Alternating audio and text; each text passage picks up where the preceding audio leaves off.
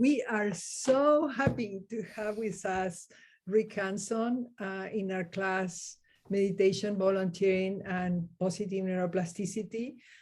You know Rick Hanson, he does tons of work everywhere. I mean, he's just so generous with his knowledge and knowing. And one time when I was teaching in the Berkeley Buddhist monastery, they said, you know, when difficult time comes, there are going to come 500 Buddhas. And I said, well, I hope half of those are women, but I think that Rick is definitely one of them. He's just so wonderful, so generous, unassuming, intelligent, bright, everything. So, and here are some of his books that I have been following for a long time and enjoying a lot. Just one thing which has these little practices that you can implement in your daily life to just come back to a greater understanding of your own processes and how to keep working in positive ways with it. Really lovely tips.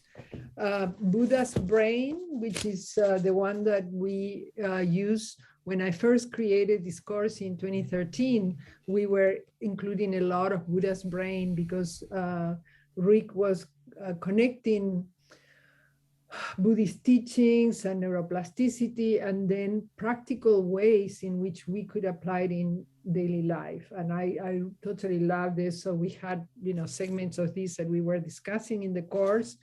Later on, Resilient, as you can see, 2018, and we also, you know, kind of used a lot of it in the course, the other iteration then. And more recently, Neurodharma, 7 practices that are really wonderful to take you along and deeper in the path. And besides this, there is a podcast that Rick does with his son, Forrest, which are absolutely delightful. And, you know, Wednesday evenings where you can participate in meditations and then ask questions. I mean, just go to Rick's website and you have tons of things. I mean, you could just have that for the rest of your life. There will be plenty of things there. And on top of that, he's writing also a new book, but we'll wait for that one. So a real pleasure to have you here, Rick. I mean, I can't talk enough about how wonderful you are. And we were talking about if you could lead us perhaps in a practice, and also we were talking about how to work with things that come up in our life in different ways, how to move towards leaning towards the positive, and you had thought of some of that. And then at the end, we are going to have also questions that are going to be through done in the chat and integrated with what you teach. And maybe if we have extra time, we'll also talk about the mind as flow of energy and information, which is what we were discussing just before you came. But I want to honor what we talked about so that we go first to that. Well, thank you. Thank you for having me, all of you. Particularly, I want to thank you, Amelia, of course, Professor Barili. And it's been a pleasure to develop a friendship with you. And I just know you as an extremely gifted teacher and being. And so people are fortunate to be in your presence, and I feel fortunate today. So I thought we could do a little experiential practice in a moment, and it relates to a topic or a territory of topics that has to do with our wants. Loosely defined, broadly, wants, needs, preferences, values, ranging from very soft wishes to, we could say, intense, even addictive kinds of cravings, you know, the whole range. So the question being, what is our relationship with our own desires broadly? And second, what is our relationship with the desires of others? including the others perhaps that we're with when we volunteer with different populations, and also with the people that we live with or work with or have ongoing and important relationships with. How do we respond? What do we feel when they want something? Especially if it's not what we want, or if it comes at us with a fair amount of topspin and intensity.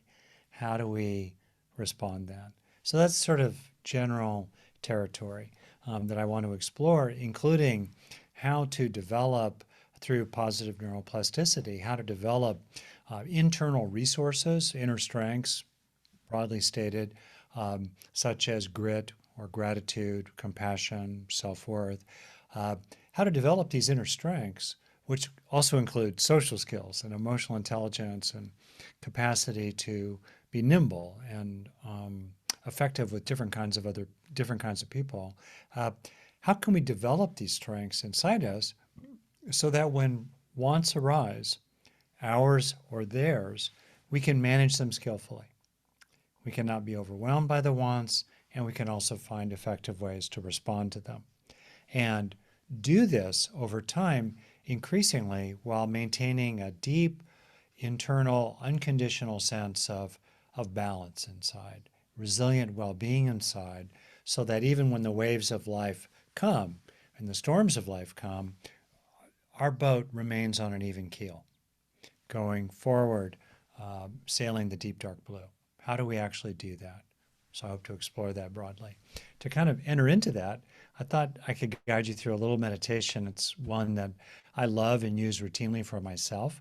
And it has to do with helping yourself in the present. This is the key phrase. In the present, feel that there is an enoughness in terms of your various desires. Broadly and somewhat biologically, we could categorize as under the umbrellas of safety, satisfaction, and connection. Three major categories. I'm going to ask Robert to put you in the main screen because I can't do it from here. I'm trying to spotlight you, but Robert, can you please spotlight Dr. Hanson alone while he teaches the meditation? Yes, it's done.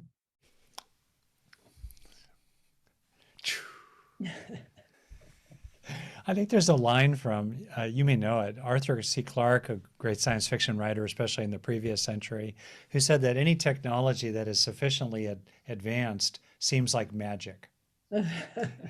And to me, there's so much about Zoom and the internet that really is like magic, which is great, right? Magic. Okay, so I'm going to guide you through a little practice that's really about both observing that there actually is enough in the present and helping yourself feel that there is enough. And in the doing of this, what often starts to become quite apparent when you're mindful in this way is this tendency of the Stone Age brain, and then the Stone Age brain that's had a whole bunch of life experiences, the tendency of this brain of ours to chronically feel like there actually isn't enough, or to tell us that there isn't enough, or act like there isn't enough. So I'll guide you through this. And think of this as a little experiment. When we come back from it after about 10 minutes, you can kind of report on what happened in the laboratory of your own being. All right? You want to give it a whirl? Yes. Okay, great. Like any practice, feel free to adapt my suggestions to what's good for you. Know and recognize that, of course, I'm going to offer language and perspectives and images that come from my own background, which has been privileged in a lot of ways.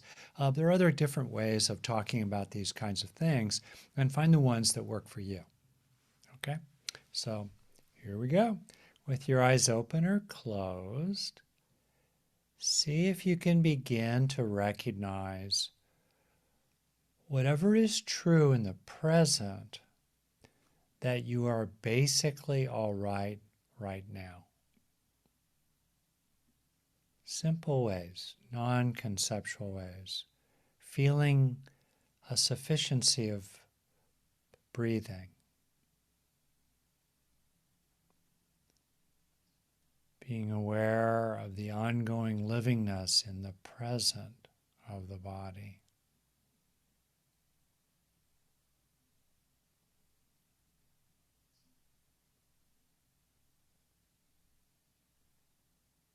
Notice the mind's tendency to move away from the present.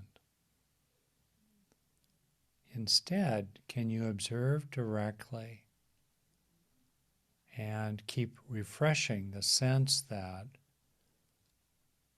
I am actually safe enough now.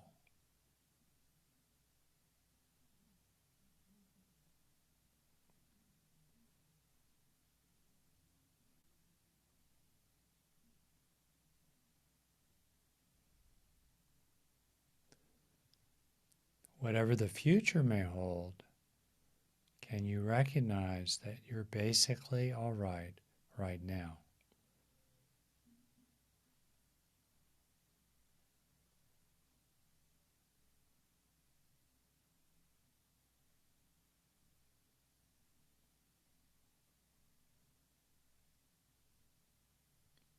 What happens in your mind when you really recognize this?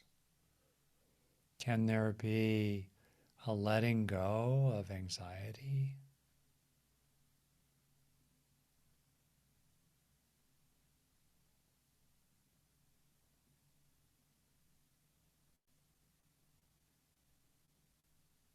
In the present, can there be a softening of any armor or bracing?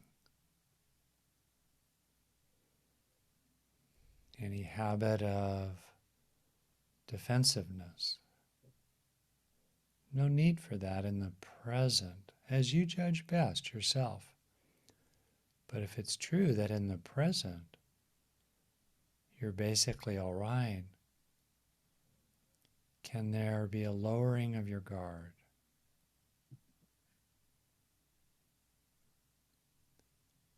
It can help to know that you can continue to be alert and vigilant. It can help to know that in you is a lot of ability to cope if difficulties or threats actually come in the present. So that meanwhile, you really can afford to relax and to let go of bracing and anxiety and really enjoy the feeling of being basically okay right now.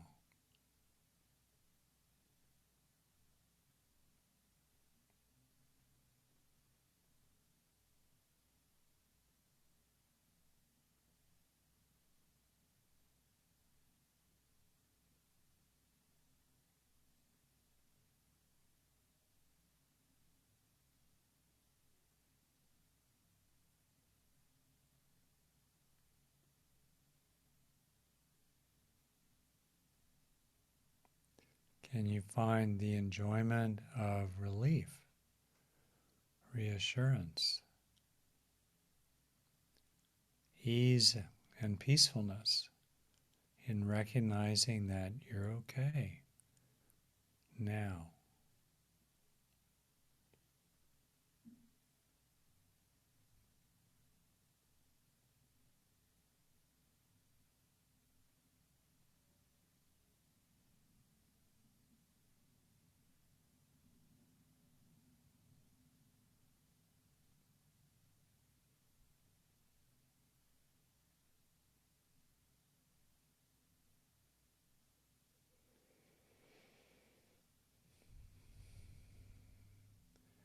Let whatever sense of peacefulness and calm presence that you've developed, let it move to the background.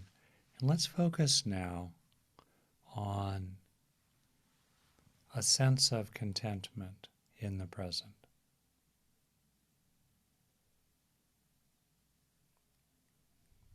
Finding a feeling of gratitude for so many things.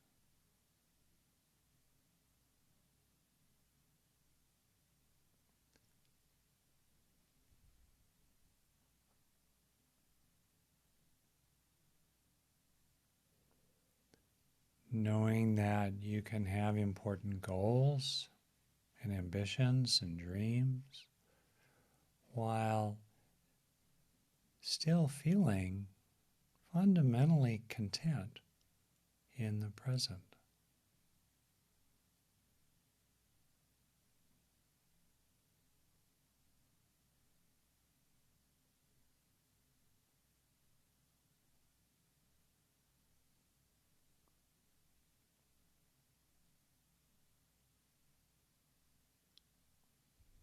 Being aware of any sense of being discontent or frustrated or driven or craving some pleasure. And see if you can let those go as you dwell increasingly in a beautiful, simple feeling of being content in the present.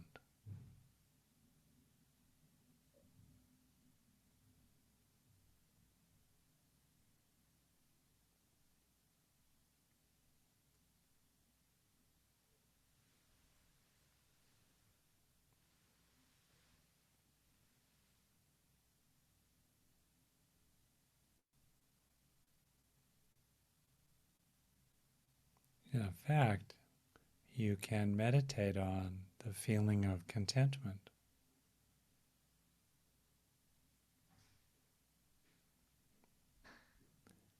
And while dwelling in contentment, you can be aware of subtleties of craving, of contraction or pressure, drivenness, insisting, grasping, possessing. You can be aware of these that keep somehow coming up, even though you know that actually in the present there's enough.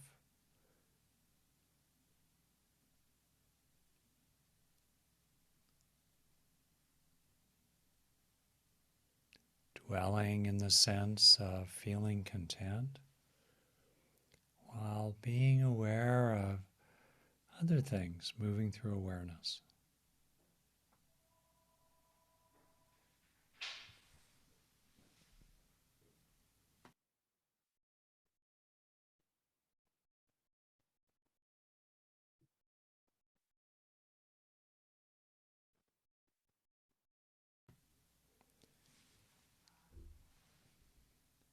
And then, finally, letting the sense of contentment or related feelings of gratitude move to the back of awareness and focus on a simple sense of being open-hearted.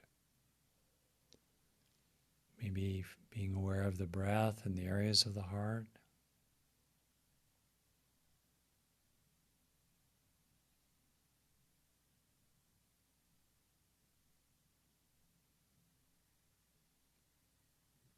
And finding a basic sense of good wishes, benevolence for others and yourself, and resting in that so that it's enough to be open-hearted and to wish beings well.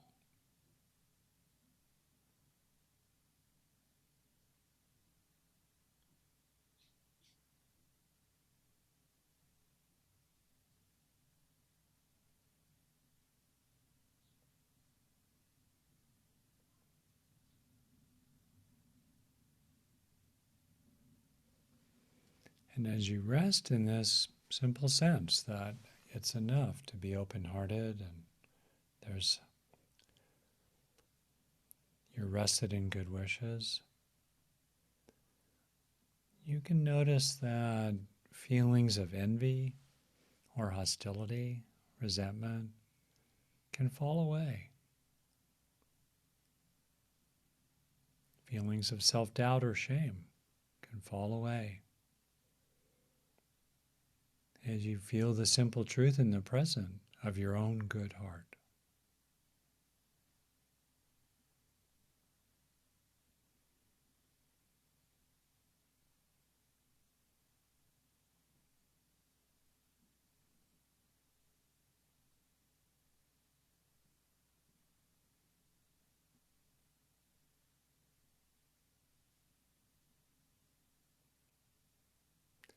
And as we finish up, taking half a minute maybe or so, see if you can find a general sense or just explore it very broadly of a kind of mood or atmosphere in your mind, a blend. It's a blend of peacefulness, contentment, and love in the present.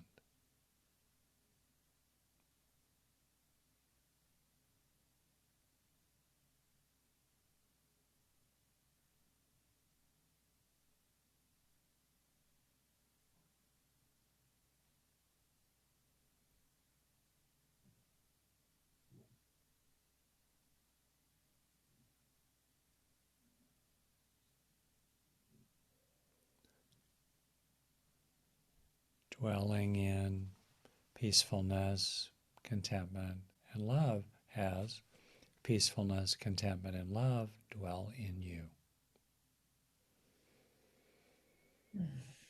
All right, come on back.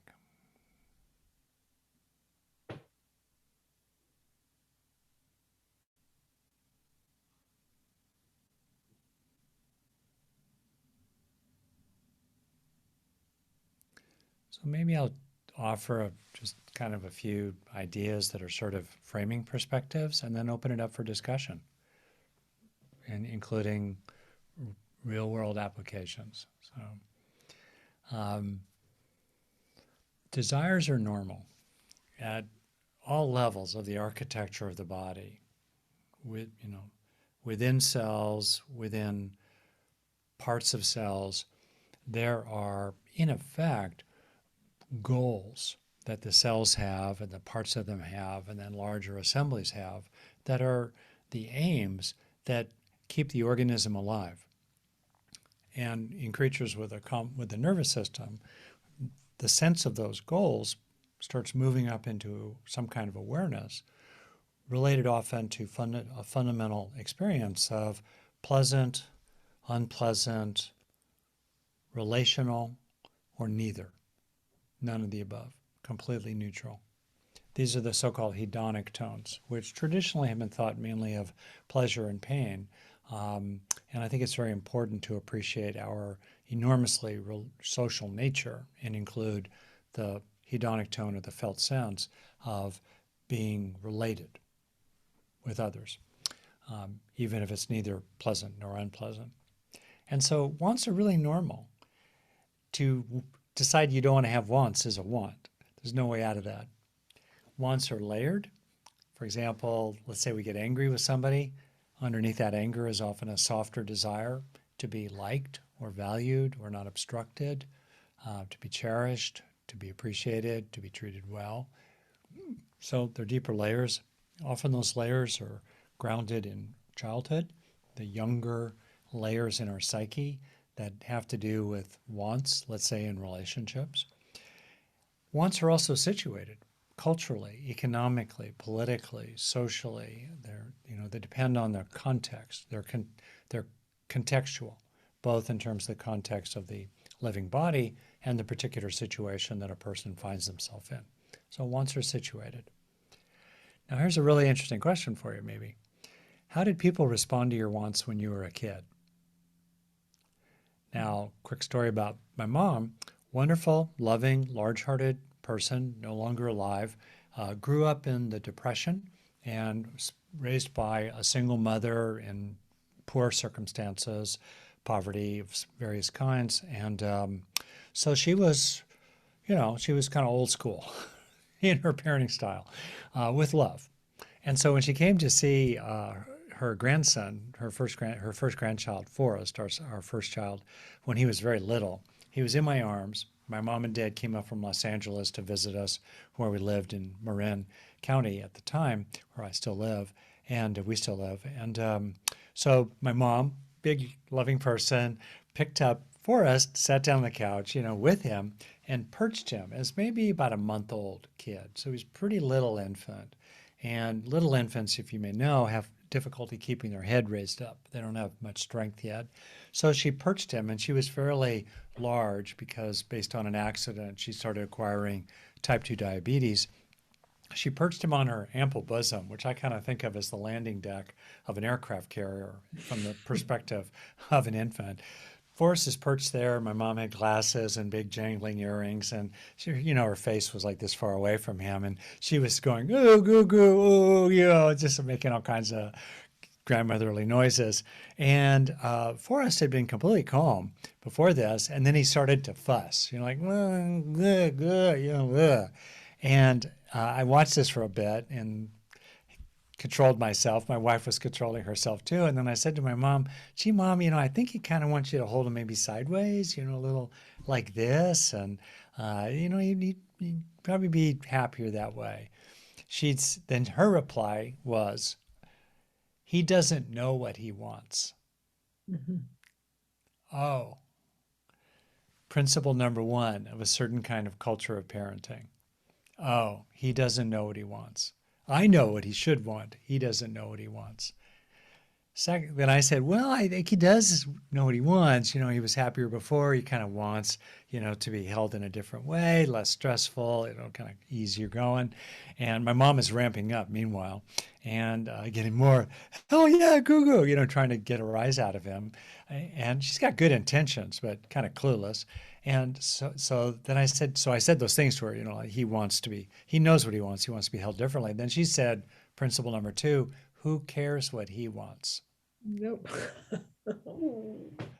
I said, well, I do.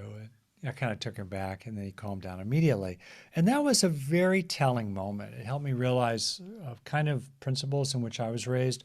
Children are to be seen and not heard. They are kind of like little savages, need to be civilized, a very psychoanalytic notion.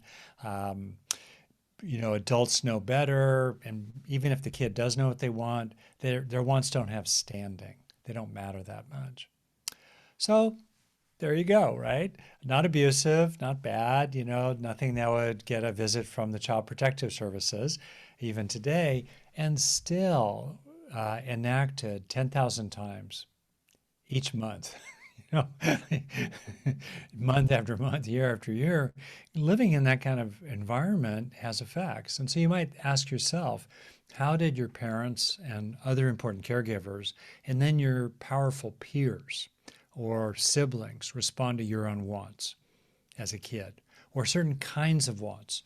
Maybe they were very comfortable when you wanted to, help do the dishes, but maybe they did not respond so well to your wants to be angry or big or loud or full or to make messes or to go off with your friends and be independent. How are your wants responded to? And then how have you, these are classic psychological questions, standard questions, how have you maybe to some extent internalized that way of relating to your own wants to any extent, and potentially internalized that way of relating to the wants of others? And I think when we work with others as a volunteer or in a relationship or as a friendship, we're constantly dealing with the wants of others. So being mindful of our own reactions to wanting, in a general sense, is really, really useful. And I want to offer kind of two keys about that, then open it up for discussion. I think one of the keys when working with others, and I've got 40 years of experience close to it as a couples counselor, and one of the things that you really see is a fundamental thing that happens is you got A and B. A wants something from B, and then that's where it starts. So A communicates a want to B. Often A does not communicate it very well. Maybe they use euphemisms, maybe it's not clear, maybe they disguise what they really want, maybe they communicate their want with a lot of topspin, a lot of acid, a lot of anger maybe coming at it, a lot of criticism in it. Okay, now you're B. It's like this ball has gotten hit over the court. Whoa, now what, right? And then how do you respond to it? Do you actually understand it? Do you listen for the vulnerability under the anger? Do you recognize the validity of some of the criticism maybe? Do you have a feeling that you have choice? You don't need to either just obey or go to war with them. There's a middle zone where you can make some choices about how you want to respond, right? So I think one of the keys, things that's extremely useful in relationships is to find ways to be empathic and insightful about the wants of others while reserving your own rights and while maintaining healthy boundaries and a sense of your own autonomy and equanimity as you sort out how to respond to the wants of the other person.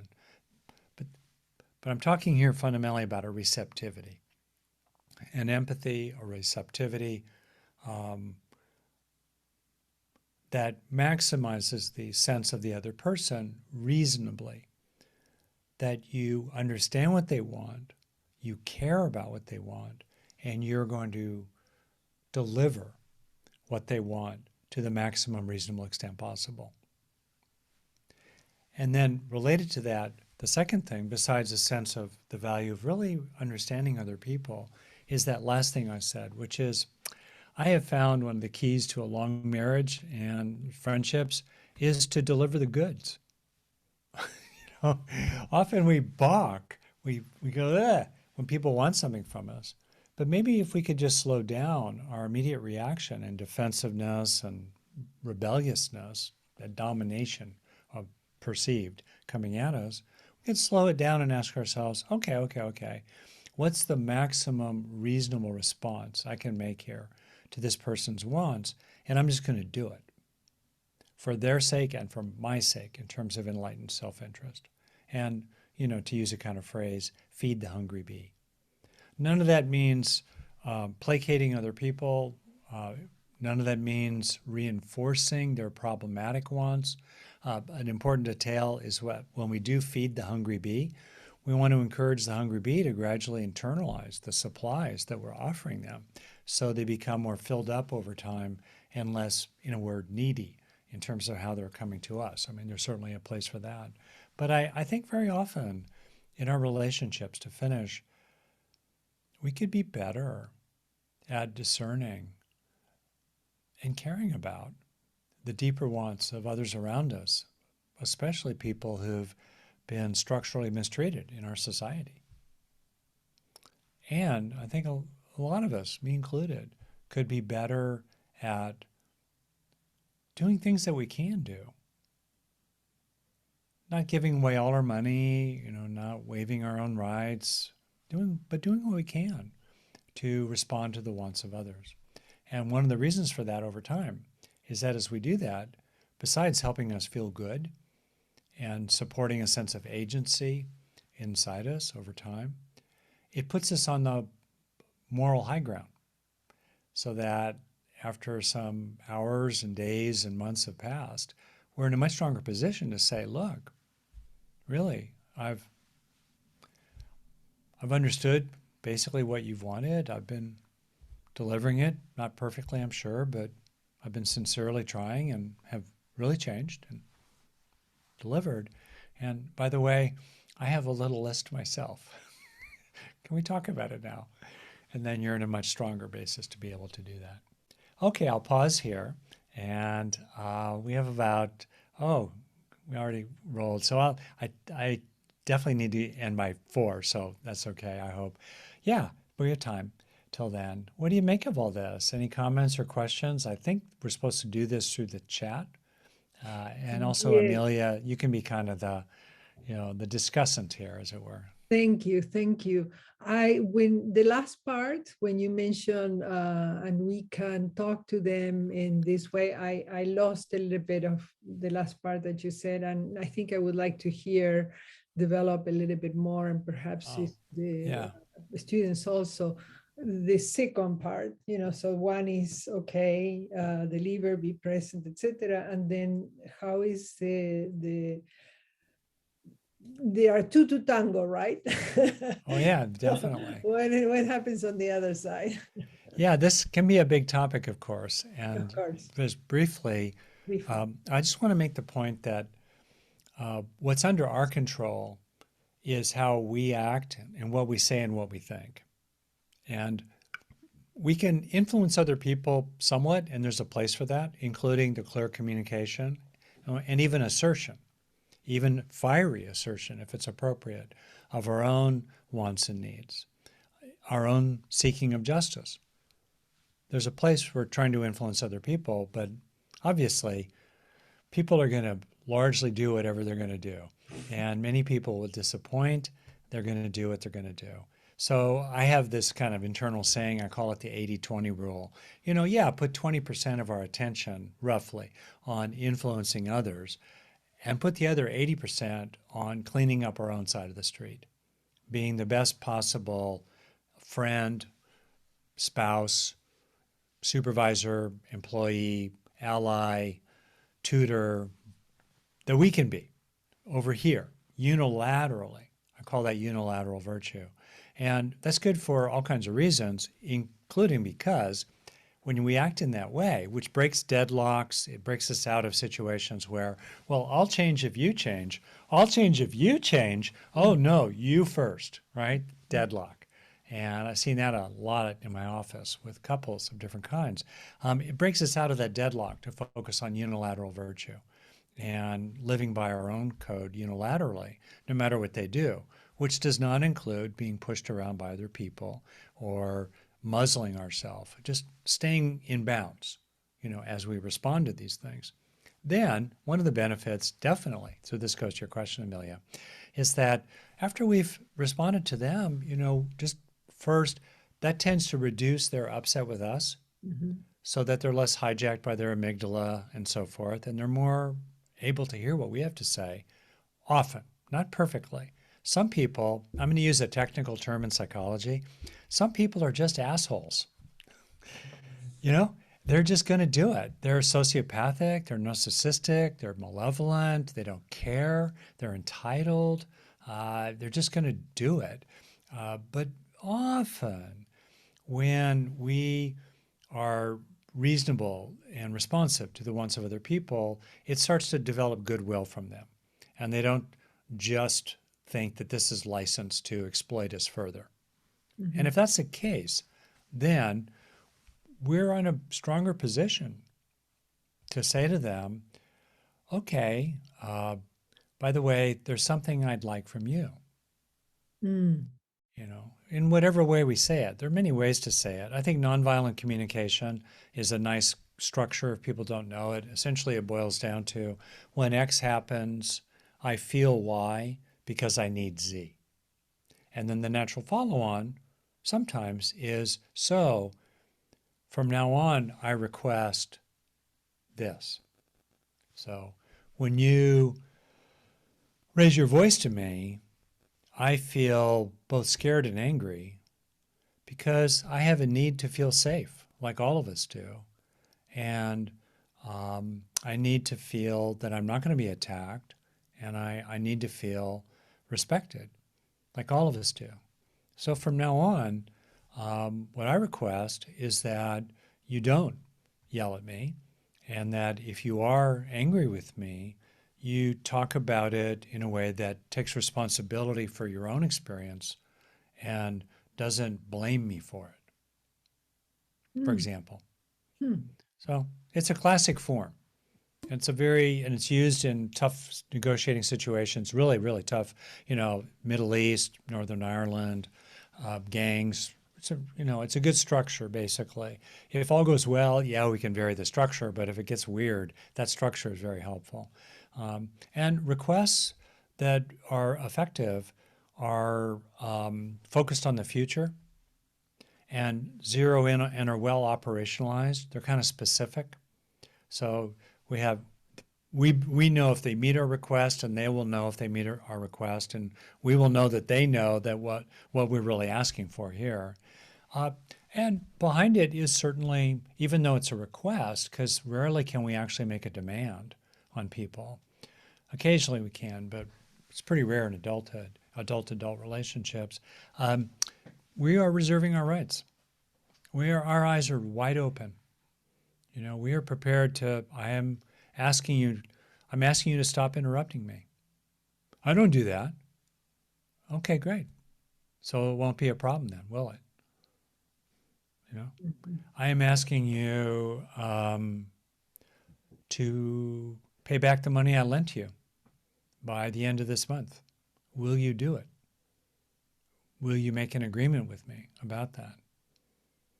Or in a home situation, I am asking you to treat your agreements with me, your mate, raising a family together, as seriously as you regard your agreements with your coworkers at the office or in the factory.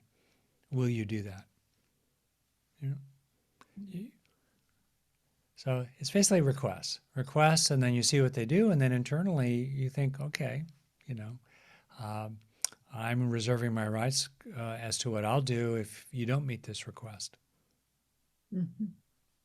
Great. I mean, it applies to so many situations, and I'm sure there are questions. Please feel free to put the questions in the chat, and we'll continue that. Yeah. I like very much your presentation because in our course, we have these practices of meditation on the one hand and the volunteering, which is another way of tapping into our inner resources and into situations that sometimes they are ambiguous or, you know, they require paying attention and being able to respond in the moment. And so you are kind of combining a lot of this. And now I see something else in the chat. Responding to another's needs can sometimes feel like capitulation and make us reluctant to deliver the goods. Totally true. And that relates to what I said early on and quickly, that wanting is situated. It's situated in social structures. And if you have an A and a B, in which the A, let's say, is a kind of person who is advantaged in a particular society or history or in a situation, then that person's wants tend to have more of a dominating force, understandably. And it can definitely feel like capitulation, being bossed around, you know, succumbing, being exploited, including in potentially very abusive ways, if we acquiesce to or, you know, fulfill the demand that's come at us, even if it comes at us in the form of a polite request. But, you know, there's a steel fist inside that oh so soft and velvety glove, right? Absolutely. So it gets very interesting here. And then sometimes what happens is that if we have a history of being, I'll kind of put it, in effect, one down, factually, understandably, structurally, in many situations, then later in life, sometimes we're not actually one down. But it feels that way. And then how do we grapple with that, right? So I think it's helpful to be very mindful of these aspects, including what gets transferred in from our history, and also very aware of the social situatedness, like the differential of power, sometimes economically, classically, in a family environment, particularly historically, certainly, you know, men had more money and women were financially dependent while raising children, and that gave the person who had the money and could easily walk away, didn't have that kind of sort of bonding, let's say, as the mother would have with the child, particularly while the kids are very young. That gave that person a lot of power. So understandably, paying attention to these dynamics, I think, is super important, and not covering them over in any way, shape, or form. So what can we do? I think what we can do is, like I said, be mindful of our own transference from childhood, to use the psychotherapeutic term, psychoanalytic term, our patterns that we bring in that are not actually true today, when that's the case. Second, we can be aware of the social context, and then we can do what we possibly can to level the playing field. We can remind ourselves that we actually don't have to knuckle under to that other person. We don't have to capitulate. It's a request, and we have the right to say no. And here's where shoring up the internal resource of autonomy and the felt sense of healthy entitlement is really, really important. to repeatedly internalize this, the counter conditioning. Let's say, if we've been conditioned to feel like we're one down, and to act like we're one down, to push against that and deeply and repeatedly internalize the feeling of, I'm an autonomous being. I see what I see. I value what I value. I want what I want, and I plan what I plan. If only inside the privacy of the inner temple, in the privacy of one's own being, but to claim for yourself that kind of agency there, and then to claim it with others who are allies. Kind of a step-by-step process here. And then eventually to claim it with the other person. Even if it's a person you love, or even if it's a person that you're in an ongoing relationship with, your boss, your coworker, your neighbor, somebody down the street, to claim it with them, and to basically, whatever they might think you're one down. That's their movie.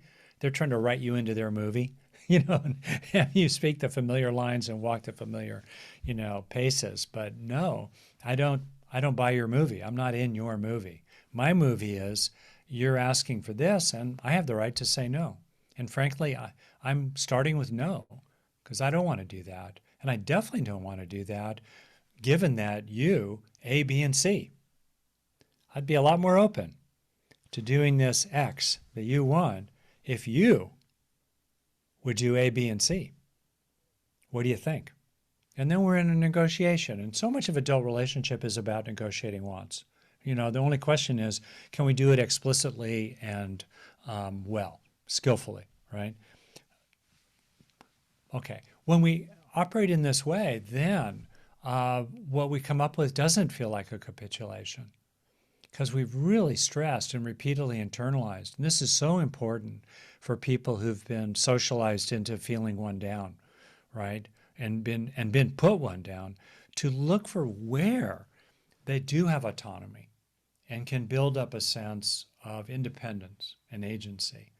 Even if it's not safe to really do battle and publicly and with the forces, maybe you're outgunned, you're outnumbered.